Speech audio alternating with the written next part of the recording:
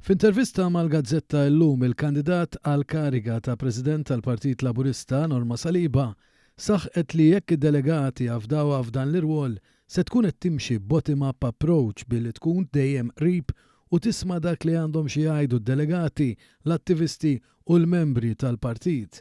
Priorità ewlenija fil-ħidma tagħha se tkun li issaħħaħ is-sisien organizzattivi tal-partit u li tagħti vuċi lid-delegati, lill-membri u lill-attivisti.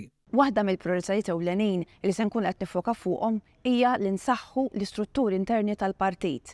Dan billi konna customer care aktar b'saħħtu u dan jara li jaslu l-menti għand il-partit kif ukoll li dawn jiġu riżolti, li jkun hemm aktar sinerġija u koordinament fil-ħidma bejn il-ferat kollha tal-partit u jkollna messaġġ wieħed bejnietom kollha, kif ukoll illi jsir ħidma fost il-grassroots b'mod partikolari, il-kumitati lokali, distrettwali, delegati u membri bilan illi dawn iwettqu ħidma favur il-partit u l-ħidma tagħhom tkun rikonoxxuta.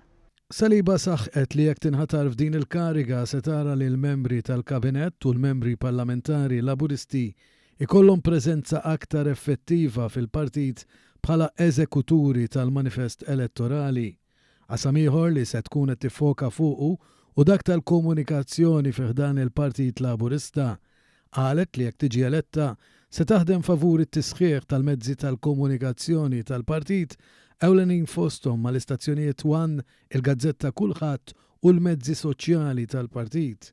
Dwar il-politika mħadna mill-Partit Laburista, Saliba sostniet li dan għadu l-aktar partit viċin il-batut u l-emarġinat għax tul is-snin ħadem favur inizjattivi soċjali immirati lejn dawk l-inqas ix-xurtjati.